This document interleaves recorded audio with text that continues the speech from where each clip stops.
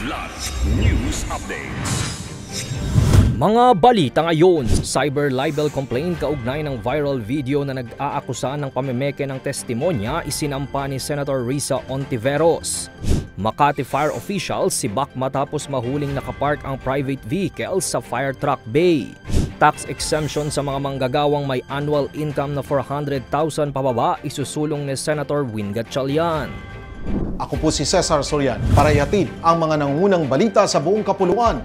Ngayon, nagsampa si Senator Risa Hontiveros ng cyber libel na reklamo sa National Bureau of Investigation o NBI laban sa mga nasa likod ng viral video na nag-aakusa sa kanya ng pamemeke ng testimonya laban kay Apollo Kibuloy at idawit ang mga Duterte sa pagdinig ng Senado.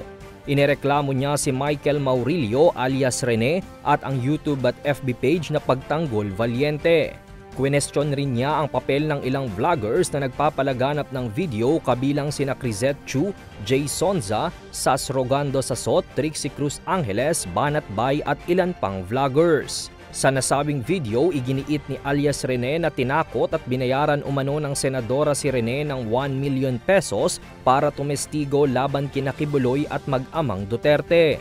Agad itong pinasinungalingan ni Hontiveros sa pamamagitan ng screenshots ng pag-uusap nila ni alias Rene at staff ng senadora na nagpapakitang siya ang kusang lumapit sa tanggapan ni Hontiveros. Ayon sa mambabatas, maghahain pa siya ng karagdagang reklamo laban sa ibang individual sa mga susunod na araw.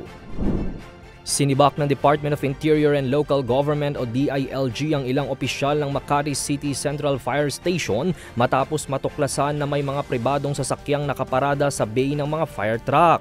Nangyari ito kasunod ng biglaang inspeksyon ni DILG Secretary John Vic Remulla nitong Martes na tumutok sa kahandaan ng mga fire station sa oras ng emergency. Ayon kay Remulla, ang anumang sagabal sa fire truck bay ay maaaring magdulot ng pagkaantala sa pagreresponde sa sunog at iba pang emergency na naglalagay sa peligro ng buhay at ari-arian. Binanggit ng DILG na nilabag ng mga opisyal ang Republic Act 9514 o ang Fire Code of the Philippines at maaari silang maharap sa administratibong parusa dahil sa kapabayaan. Nanawagan ang ahensya sa lahat ng fire station na tiyakin ang kalinisan ng bay at alisin ang mga iligal na nakapark na sasakyan.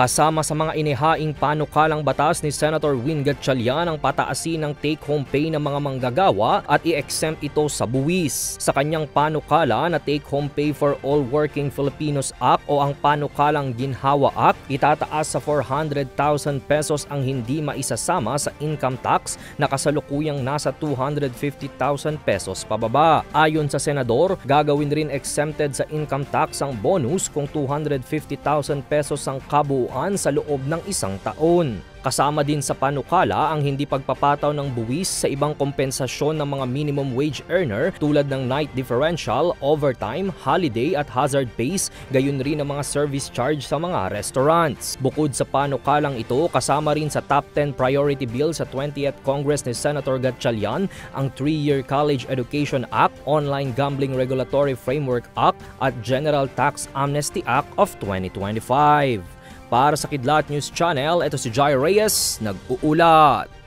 ako po si Cesar Soriano, kasama nyo sa bawat pagputo ng balita.